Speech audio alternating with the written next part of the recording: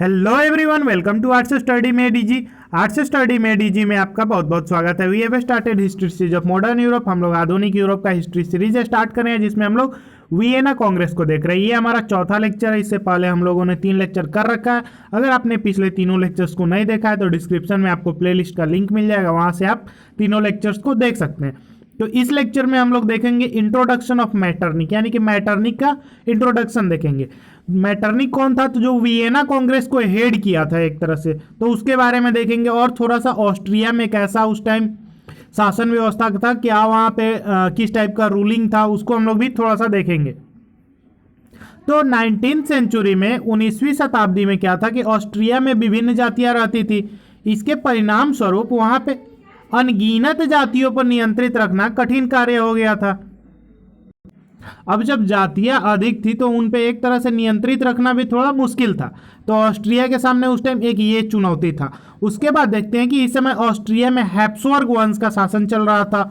Vienna Congress और जो Napoleon का पतन हुआ, इन दोनों के कारण वियना कांग्रेस में भी ऑस्ट्रिया को काफ़ी ज़्यादा लैंड मिल गया, काफ़ी ज़्यादा एरिया मिल गया, जिसके कारण वो और ज़्यादा पावरफुल होता चला गया और नेपोलियन का पतन हुआ ही।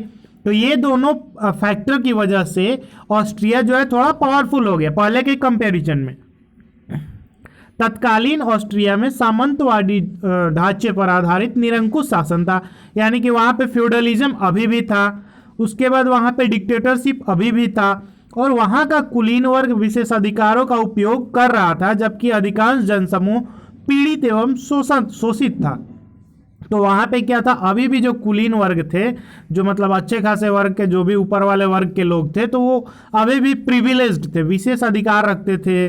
उनको टैक्स में छूट दिया जाता होगा, जैसे फ्रेंच रिवॉल्यूशन में आप देख लिए हैं कि कुलीन वर्ग का क्या क्या अधिकार था। तो आप अगर नहीं देखें तो लेक्चर्स को देख सकते हैं। तो वैसे यहाँ पे अभी भी था।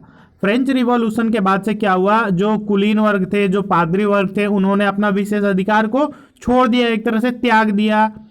लेकिन ये लोग अभी भी त्यागने के लिए राजी नहीं थे। और जो कॉमन लोग था, अधिकांश जन समूह था, वो अभी भी क्या था, वहाँ पे पीड़ित था। उनको काफ़ी ज़्यादा परेशान किया जाता था, काफ़ी ज़्यादा शोषण किया जाता था। तो ये ऑस्ट्रिया का हालात था। इस समय ऑस्ट्रिया सामंतवाद, एक तंत्र और विशेष अधिकार का गढ़ था। यानी कि ये जो पॉलिसी है ना, ये पूरा जो तरीका है फ्यूडलिज्म का, उसके बाद एक तरह से एक तंत्र यानी कि अधिनायकवाद, जिसके यहाँ एक ही आदमी के हाथ में सारे पावर्स हो, और जो विशेष अधिकार यानी कि प्रिविलेज्ड वर्ग, तो इसका हब था ऑस्ट्रिया। बाकी सब कंट्री तो चलो ठीक है, लेकिन ऑस्ट्रिया में ये कुछ ज़्यादा ही था। तो ये एक तरह से हब था इसका। यूरोपीय इतिहास के प्रतिक्रियावादी युग के प्रमुख प्रणेता क्लीमेंज वॉन मैटरनिक का जन्म 15 मई 1773 ईस्वी को एक उच्च कुलीन परिवार में क्लोबिज नामक नगर में हुआ था। तो ये जो प्रतिक्रियावादी वहाँ पे युग चल रहा था ऑस्ट्रिया में, तो उसका एक तरह से सबसे प्रमुख लीडर बोल सकते हैं, वो मैटरनिक था। वो इस व्यवस्था को बनाए रखना चाहता था, सामंतवाद को, एक तंत्रवाद को, विशेष अधिकार का जो सिस्टम था उसको। तो इसके प्रणेता जो है मैटरनिक का जन्म कब हुआ था? 15 मई 1773 को एक उच्च कुलीन यानी कि कुलीन वर्ग में ही इसका जन्म हुआ था।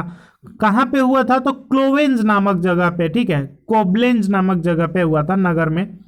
उच्च शिक्षित और प्रतिष्ठित परिवार से ताल्लुक रखने और ऑस्ट्रिया के चांसलर प्रिंस कानिज की पोती से विवाह करने के बाद उसके मान सम्मान में अत्यधिक वृद्धि हुई तथा उसका परिचय यूरोप के बड़े बड़े राजघरानों से होने लगा। तो पहले तो सिंपल सा एक कुलीन परिवार से मतलब बिलोंग करता था। उसके बाद क्या हुआ, इस परिवार से बिलोंग करता था, उसके बाद धीरे धीरे वो वहाँ के चांसलर के करीब गया, चांसलर के पोती से शादी कर लिया, तो और ज़्यादा करीब हो गया जो वहाँ के उच्च कुलीन वर्ग थे। उसके बाद उसका जो है पश्चिम यूरोप के बड़े बड़े राजघरानों से भी जान पहचान होने लगा था। ऑस्ट्रिया के सम्राट ने उसे अपना प्रतिनिधि नियुक्त कर बर्लिन, सेंट पीटर्सबर्ग और फ्रांस भेजा। तो जो ऑस्ट्रिया का एम्परर था, तो उसका दया दृष्टि पूरी तरह से बना हुआ था इस पे।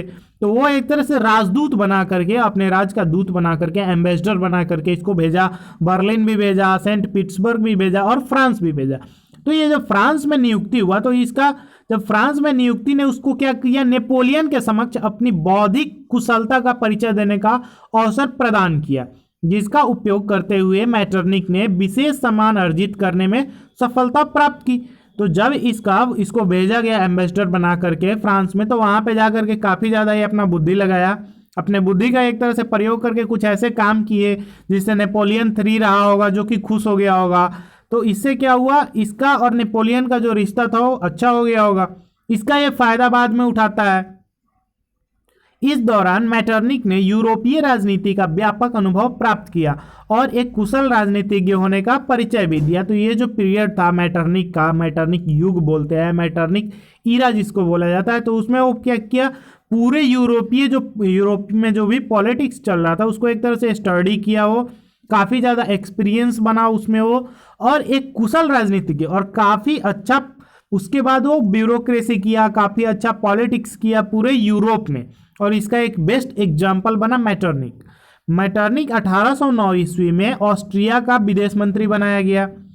1821 में वो वहाँ का चांसलर बन गया और 1848 ईस्वी तक वो चांसलर बना रहा, और उसने जो है पूरे ऑस्ट्रिया का एक तरह से राजनीति का दिशा तय कर दिया कि हाँ, ऑस्ट्रिया जो है वहाँ का पॉलिटिक्स फ्यूचर में कैसा होने वाला है, पूरा ऑस्ट्रिया में किस टाइप का गवर्नमेंट रहेगा।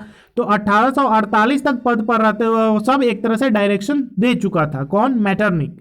सन 1859 में उसकी मृत्यु हो गई। तो आज के लेक्चर में इतना ही। Thank you for watching, stay tuned with us.